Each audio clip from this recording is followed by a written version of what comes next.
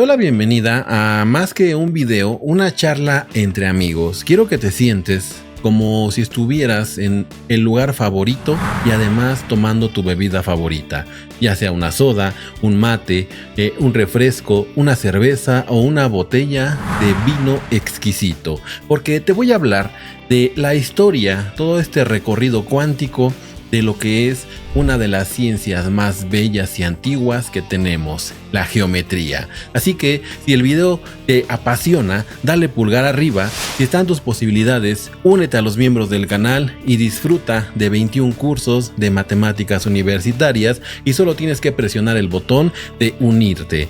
Si el video te gusta, también suscríbete, eso ayuda mucho al canal.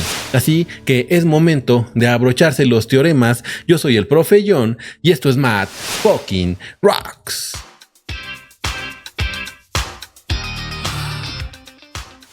Bueno, como charla de amigos te voy a hablar de esta geometría que inicialmente constituía un cuerpo de conocimientos prácticos en relación con longitudes, áreas y volúmenes. Al final se aplicaba para algo. Los primeros que trataron este tema, los vestigios que tenemos, es desde la civilización babilónica, que fue de las primeras culturas en incorporar el estudio de la geometría.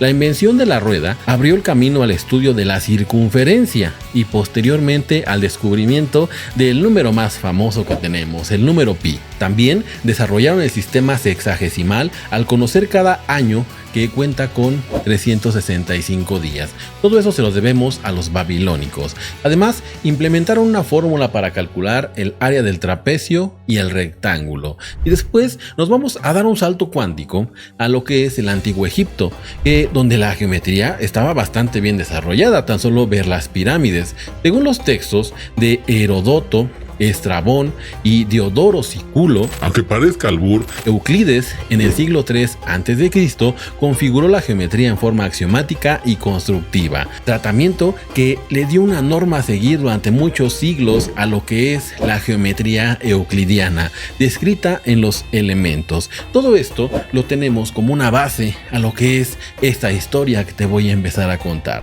Vamos a avanzar por la astronomía, cartografía, llegar a René Descartes y hace y la geometría analítica, pasando por Euler, Gauss, topología y la geometría diferencial. Así que agarra tu bebida favorita y acompáñame a escuchar y a ver esta maravillosa historia de la geometría. Es momento de que en este plano te sientes y aprietes ese botón de unirte al canal y disfrutes de 21 cursos de matemáticas universitarias completamente académicos y desde cero, con pizarrón, ejercicios, teoremas, demostraciones y 7 libros que te ayudarán a cursar esas materias en la universidad, desde precálculo, si estás muy en lo básico, álgebra lineal, ecuaciones diferenciales, cálculo universitario nivel Harvard, geometría diferencial, que también te voy a contar un poco de qué es todo ese rollo de la fusión de geometría y cálculo, topología, análisis matemático, análisis real, en fin, todo lo que necesitas para una carrera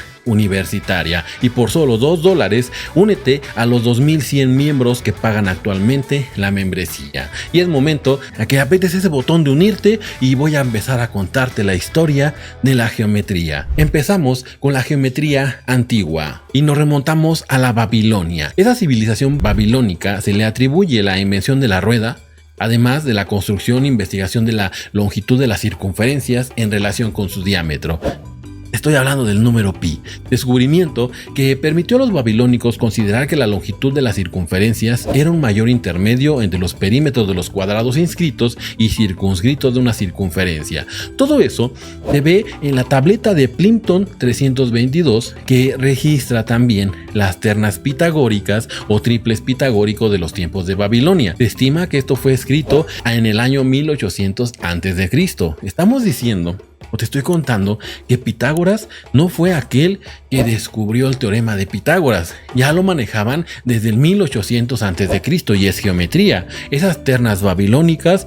Entonces Pitágoras simplemente fue el que lo popularizó, o bueno, la escuela pitagórica. Además, también los babilonios usaban la astronomía, ya que el año se dividía en 360 días. Establecieron que la circunferencia se dividía en 360 partes. obteniendo el grado sexagesimal.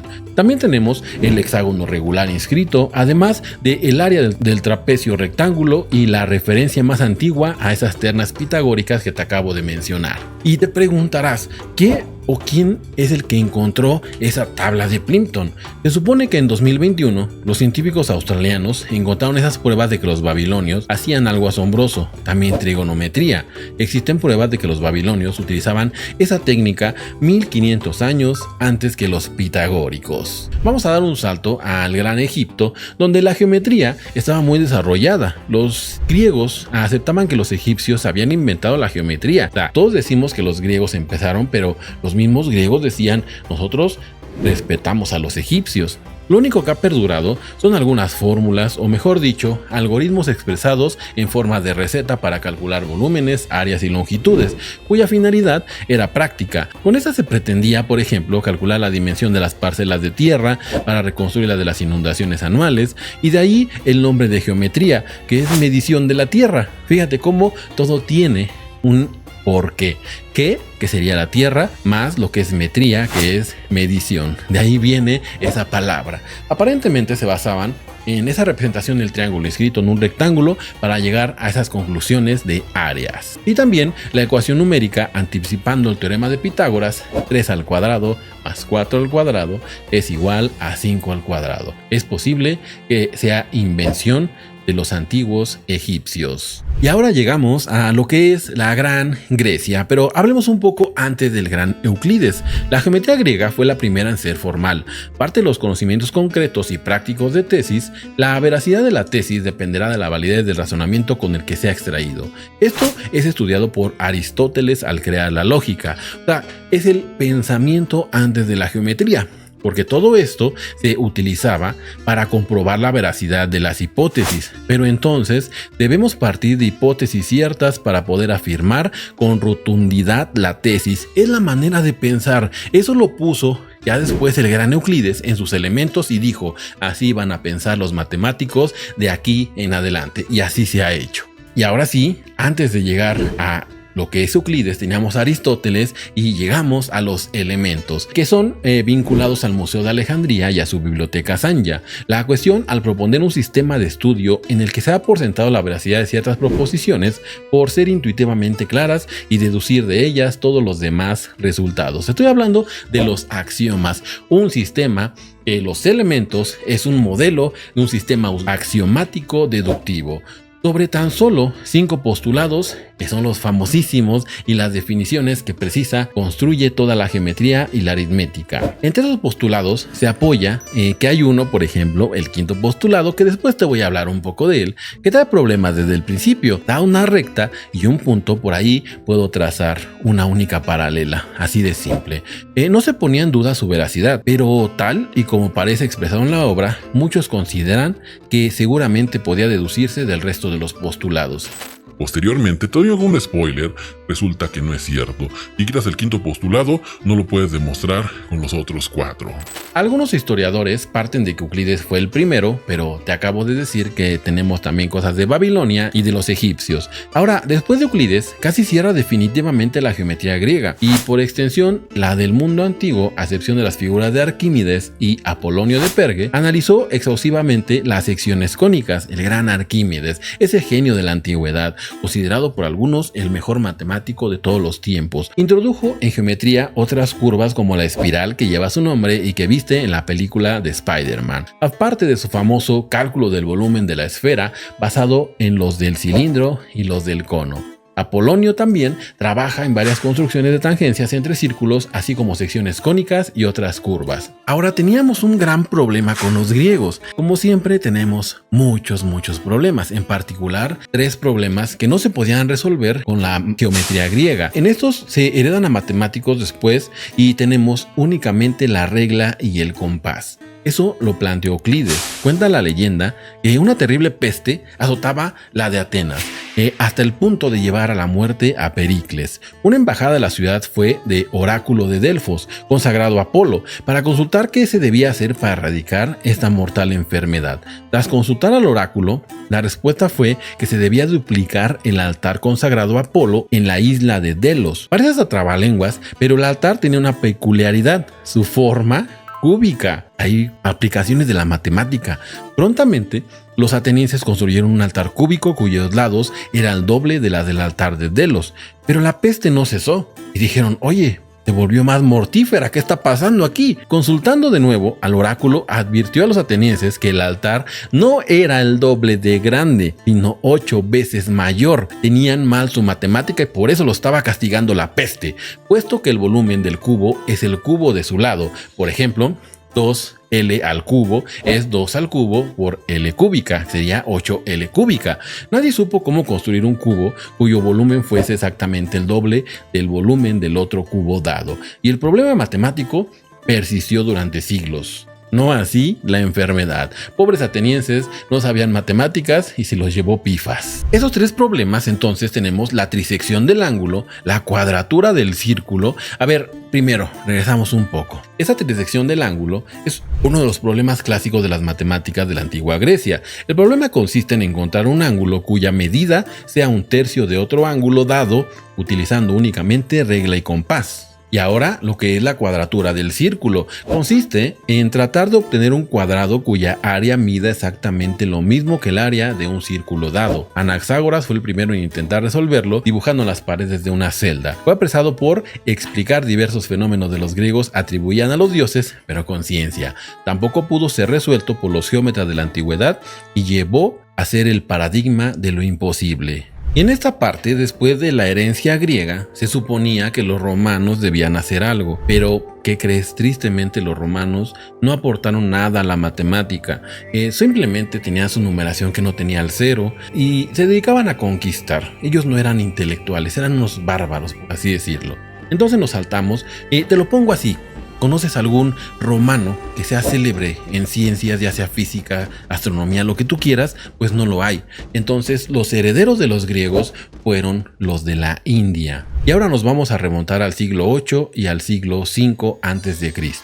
El Bhaduya Shulva Sutra contiene una lista de ternas pitagóricas y un enunciado del teorema de Pitágoras, ambos en el caso especial del isósceles, el triángulo rectángulo, y en el caso general como lo hace el Apastamba. Brahmagupta escribió su obra astronómica, donde tiene 66 versos y se dividió en 2 secciones: operaciones básicas, incluidas raíces cúbicas, fracciones, razones y proporciones, y el trueque, y matemáticas prácticas, incluidas las mezclas, series matemáticas, figuras planas, aplanamiento de ladrillos, aserrado de madera y apilamiento en la última sección. Expuso su famoso teorema sobre las diagonales de un cuadrilátero cíclico. Y entonces también tenemos el teorema de Brahmagupta. Los indios son los que realmente toman la batuta de la matemática y la ciencia en general y pasaron muchos años para llegar a seguir avanzando en ciencias. Y este teorema dice que si un cuadrilátero cíclico tiene diagonales que son perpendiculares entre sí, entonces la línea perpendicular trazada desde el punto de intersección de las diagonales a cualquier lado del cuadrilátero siempre biseca al lado opuesto. Y además, Brahmagupta, en su capítulo 12, tiene una generalización de la fórmula de Herón, así como una descripción completa de los triángulos racionales, es decir, triángulos con lados racionales y áreas racionales. Pero además, también tenemos a los chinos. Uno de los textos matemáticos chinos más antiguos que presentó progresiones geométricas fue el Xuan Shushu del 186 a.C. Durante la era Han occidental, el matemático, inventor y astrónomo Chang Hen utilizó fórmulas geométricas para resolver problemas matemáticos, aunque se dieron estimaciones aproximadas de lo que es el número pi en el Shou Li, compilado en el siglo II a.C. Fue Chang Hen quien fue el primero en hacer un esfuerzo concentrado para crear una fórmula más precisa para pi. Chang Hen aproximó pi a 730 sobre 232, que es aproximadamente 3.1466, aunque usó otra fórmula de pi para encontrar un volumen esférico utilizando la raíz cuadrada de 10, como hacen los físicos. En su lugar, Tu Chongxi mejoró la precisión de la aproximación de pi entre 3.141592.6 y 3.141592.7, con la fracción 355/133. Así que los chinos también tuvieron su parte matemática. Así que, fíjate, pasaron años y años y de repente aparece el Renacimiento, cuando las nuevas necesidades de representación del arte y de la técnica empujan a ciertos humanistas a estudiar propiedades geométricas para obtener nuevos instrumentos que les permitan representar la realidad. Y aquí se enmarca la figura del matemático y arquitecto Luca Pacioli, de Leonardo da Vinci, de Alberto Durero, de Leonardo Battista Alberti y de Piero della Francesca, por citar solamente a algunos. Todos ellos, al descubrir la perspectiva y la sección, crean la necesidad de sentar las bases formales en la que cimentar las nuevas formas de geometría que ésta implica. Es la geometría proyectiva, cuyos principios fundamentales aparecen de la mano de Descartes en el siglo XVII, y esta nueva geometría fue estudiada ampliamente por Pascal y por Ladeir, pero debido al interés suscitado por la geometría cartesiana y sus métodos, no alcanzó tanta difusión como merecía para la llegada a principios del siglo XIX de Gaspar Monge, que en primer lugar y sobre todo en Poncelet. Y ahora sí llega el todopoderosísimo René Descartes con esa geometría cartesiana. Pero es sin duda esta aparición de la geometría analítica lo que marca la geometría en la Edad Moderna. Descartes propone un nuevo método de resolver problemas geométricos y por extensión de investigar en geometría. Simplemente combina el álgebra con la geometría. Ahora analiza la geometría utilizando ecuaciones algebraicas y se cambia la regla y el compás clásicos por expresiones numéricas que se pueden representar mediante coordenadas cartesianas, en honor a René. Tenemos esos ejes que son dos rectas perpendiculares que por convenio se trazan horizontales y verticales, y a cada punto del plano queda unívocamente determinado por la distancia de dicho punto a cada uno de los ejes, al origen. Y todo eso que has visto en geometría analítica, tenemos también una controversia sobre la verdadera paternidad de este método. Lo único cierto es que se publica por primera vez como geometría analítica en el apéndice del discurso del método de Descartes. Si bien se sabe que Pierre de Fermat conocía y utilizaba el método antes de su publicación por Descartes, aunque Omar Khayyam, ya en el siglo XI, utilizaron un método muy parecido para determinar ciertas intersecciones entre curvas. Es imposible que alguno de los citados matemáticos franceses tuviera acceso a su obra. Esa representación, eje horizontal, eje vertical, ver los números 2,3, 2 en X, 3 en Y, simplemente es lo novedoso de la geometría analítica, y se lo debemos también a la parte de que Fermat y Descartes se les considera los padres de esta geometría. Ahora, algo que es importante de lo novedoso de esta geometría analítica es que las figuras geométricas, mediante fórmulas del tipo, por ejemplo, f de x, y igual a algo, a cero, lo que tú quieras, donde f representa una función, podemos representar todas esas figuras geométricas.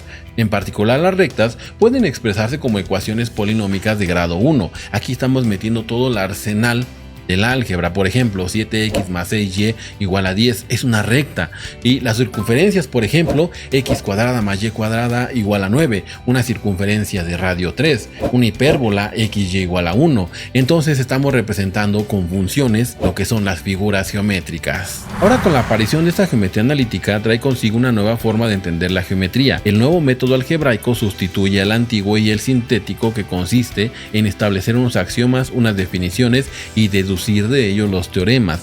Este método sintético está a estas alturas casi agotado, porque tenemos cosas como la característica de Euler de geometría diferencial, que por cierto aquí tienes un curso completo sobre ello, y llegamos a los límites del método algebraico, que se ve posibilitado por un avance en álgebra. O sea, el álgebra fue como ese motor se hizo durante el siglo XVI. La resolución de las ecuaciones de tercero y cuarto grado permite generalizar la geometría al estudiar curvas que no son dadas por polinomios de segundo grado y que no pueden construirse con regla y compás, además de las cónicas, excluyendo la circunferencia. Pero este método, que terminará construyéndola una disciplina propia, que es la geometría algebraica, tardará aún mucho, hasta el siglo XX, en salir de unas pocas nociones iniciales prácticamente inalteradas desde Descartes, Fermat y Newton. La razón será la imposibilidad de resolver por radicales la ecuación de quinto grado, hecho no descubierto hasta el siglo XIX, y el desarrollo de la teoría de anillos y la álgebra conmutativa por lo que llamamos la teoría de Galois. Ese fue el gran problema. Ya teníamos la de tercero, la de cuarto grado, pero de ahí en adelante ya no tenemos soluciones gracias al gran Galois. Ahora, cuando tenemos esas figuras geométricas como vistas como funciones, podemos utilizar el cálculo infinitesimal. Por ejemplo, Barrow descubre gracias a la geometría analítica la relación entre la tangente y a una curva y el área que encierra entre dos puntos y los ejes coordenados en su famosa regla de Barrow, antes incluso de que Newton y Leibniz dieran cada uno su exposición del cálculo infinitesimal. La relación entre el análisis matemático y la geometría es así de pequeña desde incluso los orígenes de aquel. Si te pones a pensar, después de que llevas tu curso de geometría analítica y llegas al curso de cálculo diferencial, todo lo que viste con geometría analítica lo puedes hacer con cálculo. Esa relación son prácticamente lo mismo, es una evolución de métodos para realizar las cosas en geometría. Por ejemplo, Descartes, Newton o los Bernoulli no distinguieran entre los conceptos de curva y de función de una variable, o si se quiere, que de curva y los ceros de una función de dos variables. Fue Euler el primero en empezar a intuir la diferencia y el primero también en ampliar ese tipo de estudios a las superficies. Aquí es cuando entramos a la geometría diferencial, como función de dos variables o como el conjunto de los ceros de una función de tres variables. El trabajo de Monge continúa por esta línea. En adelante y hasta la aparición de Gauss, esta geometría queda supeditada a sus aplicaciones en mecánica y otras ramas de la física, por ejemplo la resolución de ecuaciones diferenciales. Se estudia en especial la interpretación geométrica de las ecuaciones diferenciales, tanto de la solución así como de los problemas asociados con ellas, como puede ser el de curvas ortogonales y todo esto. En esta época aparece el que será el caballo de batalla de la geometría diferencial, el teorema de la función implícita. Fue cuando Huygens, el primero en estudiar la curvatura de una curva plana, aunque parece que fue Claury el que usa con maestría y fija el concepto. Ahora llegamos un poco a la geometría contemporánea. Después de lo que hizo Descartes, llegó el príncipe Gauss, que devuelve el carácter geométrico que impregna parte del análisis matemático, fundamentalmente con dos contribuciones: el nacimiento del análisis complejo y de la geometría diferencial. Ya desde Euler estaban trabajando esas características, pero no son las únicas contribuciones de este genio al campo de la geometría. En su adolescencia se vio dividido entre dedicarse a la filología o a la matemática, y a los 18 descubrió la manera de construir el polígono regular de 17 lados y la condición necesaria y suficiente para que un polígono regular pueda construirse. Esto determinó su vocación a matemáticas. A los 18 pudo construir con regla y compás todo este rollo. Y ahora vamos a esa primera demostración del teorema fundamental del álgebra, que todo polinomio de grado n tiene exactamente n raíces en los complejos. De hecho, Gauss lo demostró 5 veces, imagínate, tan crack era el buen Gauss. Sentó las bases del análisis de variable compleja usando la interpretación geométrica de los números complejos como vectores fijos del plano, en ese diagrama de Argand, que Argand también tenía una demostración de este teorema fundamental. Por ejemplo, se atribuye a Gauss la paternidad de esta idea. Primero Wessel y luego Argand le anticiparon. Aquí un detalle, ¿no? Pero nadie conocía los estudios de ambos. Gauss pues era Gauss, ¿no? El príncipe, uno de los mejores matemáticos de los tiempos, ¿no? Aunque no es propiamente obra suya, pues el análisis complejo está desarrollado fundamentalmente por Cauchy, y es el primero en abordarla seriamente y sobre todo le da una interpretación geométrica que marca el desarrollo de esta rama. Pero realmente, aquí me voy a poner de pie. La principal contribución de Gauss a la geometría es la creación de la geometría diferencial, y es increíble, créeme. Retomando las ideas de que sobre las relaciones entre el análisis matemático y la geometría había hasta entonces y desarrollándolas ampliamente, partiendo de la base de que la geometría estudia el espacio, las curvas y las superficies.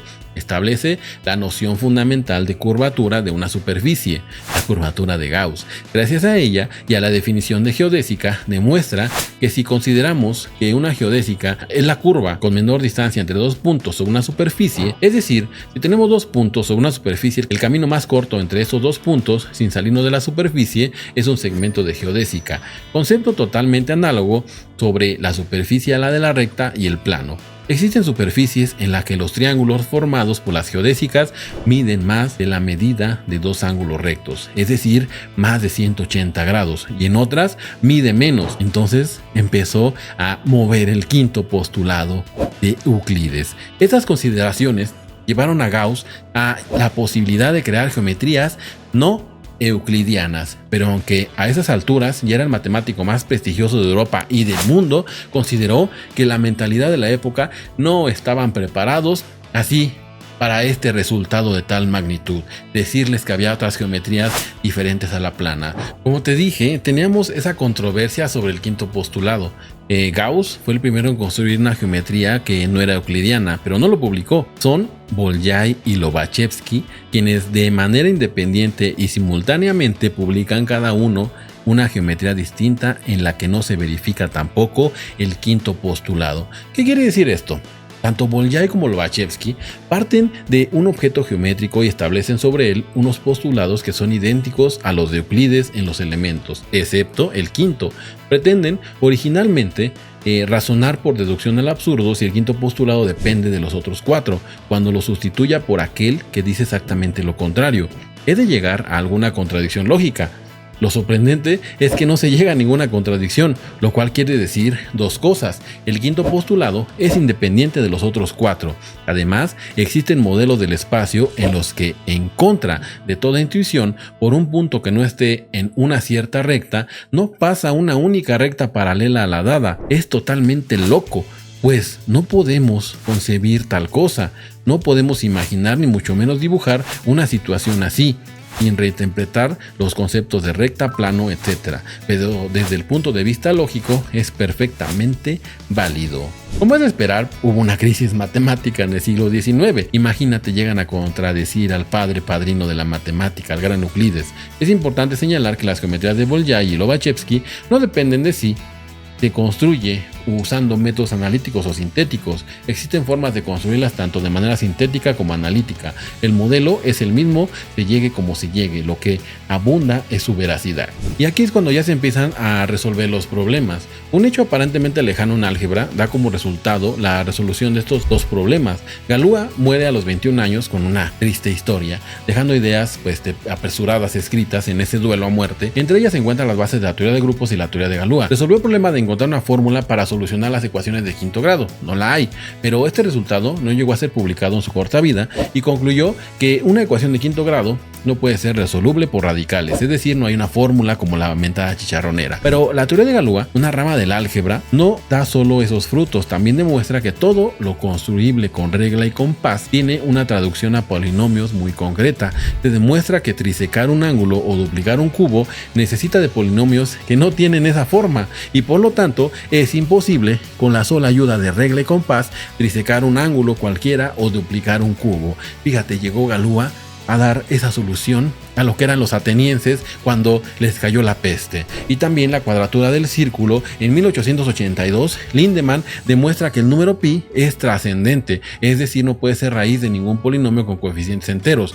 Esto implica que no es un número que pueda construirse con regla y compás, y demuestra que no es posible construir con solo estos instrumentos un cuadrado de área igual a la de un círculo dado. No podemos cuadrar el círculo, así de simple. Además, llegamos a este final de esta historia, donde tenemos nuevos espacios con extrañas propiedades. La geometría no euclidiana nace de esa imposibilidad de mostrar el quinto postulado de Euclides, y el primer intento de demostrarlo por reducción al absurdo fue ensayado por Saccheri en 1733. Gauss fue el primero en comprender la posibilidad de que existen geometrías alternativas a la euclidiana. Esas geometrías eran desarrolladas por Lobachevsky y Bolyai. La cinta de Möbius, introducida casi simultáneamente en 1858 por dos matemáticos alemanes, Möbius y Listing, fue el primer ejemplo de superficies no orientables. Y ahora, para cerrar esta historia y esta charla, te voy a hablar de George Bernard Riemann, que el 10 de junio de 1854, Riemann da una conferencia en la Universidad de Gotinga para completar su habilitación, su grado que le permitía optar por una plaza de catedrático. El tema de la conferencia fue la geometría, a elección de Gauss, su protector y antiguo profesor durante la licenciatura y el doctorado. La conferencia, cuyo título fue sobre la hipótesis que están en los fundamentos de la geometría, pasa por ser una de las más celebradas de la historia de la matemática y uno de los mayores logros científicos de la humanidad. De entre los presentes se dice que solamente Gauss fue capaz de comprender su contenido, y hay que decir que Gauss le aplaudió al gran Riemann. En la primera parte de la conferencia, Riemann se pregunta qué problema hay que aumentar al número de dimensiones del espacio. Riemann, usando aún un lenguaje intuitivo y sin hacer demostraciones, introduce primero el concepto de variedad diferenciable, generalización del concepto de superficie a cualquier número entero positivo, arbitrario de dimensiones. De hecho, el nombre variedad hace referencia a las varias coordenadas que variarían para ir obteniendo los puntos del objeto. Las superficies serían las variedades de dimensión 2, mientras que las curvas serían las variedades de dimensión 1, y aún los puntos las de dimensión 0. De todas formas, esta aproximación al concepto es demasiado imprecisa, pues el punto clave de la definición formal de una variedad diferenciable llegó hasta 1913 por Hermann Weyl. Es que esto es cierto localmente, es decir, cada punto de la variedad tiene algún entorno homeomorfo a un abierto de espacio euclidiano Rn, de manera que cuando el inverso de uno de estos homomorfismos se compone con otro de estos homomorfismos, obtiene una función diferenciable en un abierto de Rn. Pero aquí ya me estoy metiendo en terreno de la geometría riemanniana. Lo que te quiero decir es que en esa conferencia que dio Riemann también metió las variedades riemannianas, una manera de medir que es un campo de los tensores, la cálculo tensorial que utilizó el gran Albert Einstein para entender el universo, fue gracias a George Bernard Riemann. Y también a su compadre Felix Klein, que es otra gran pieza clave de la geometría en el siglo XIX, que en 1871 descubrió que la geometría euclidiana y la no euclidiana pueden considerarse como casos particulares de la geometría de una superficie proyectiva con una sección cónica adjunta. No solamente tenía esa botellita de Klein. Al final, la geometría ha tenido una abstracción muy extraña en matemáticas, un nuevo concepto de carácter algebraico, el concepto de grupo, un grupo que es un conjunto G, y podemos también generar esas operaciones y llevarlo al plano de lo que es el álgebra, pero eso ya es harina de otro costal. Espero que hayas disfrutado esta charla de la historia de la geometría. Si quieres conocer mi curso de geometría diferencial, ahí en el canal tienes el botón de unirte, y si no, también cursos más sencillos como lo son álgebra lineal, cálculo universitario nivel Harvard, teoría de grupos, teoría de anillos, todo lo que necesitas para saber matemáticas en serio. Si el video te gustó, dale pulgar arriba. Yo soy el profe John y esto fue Math Fucking Rocks.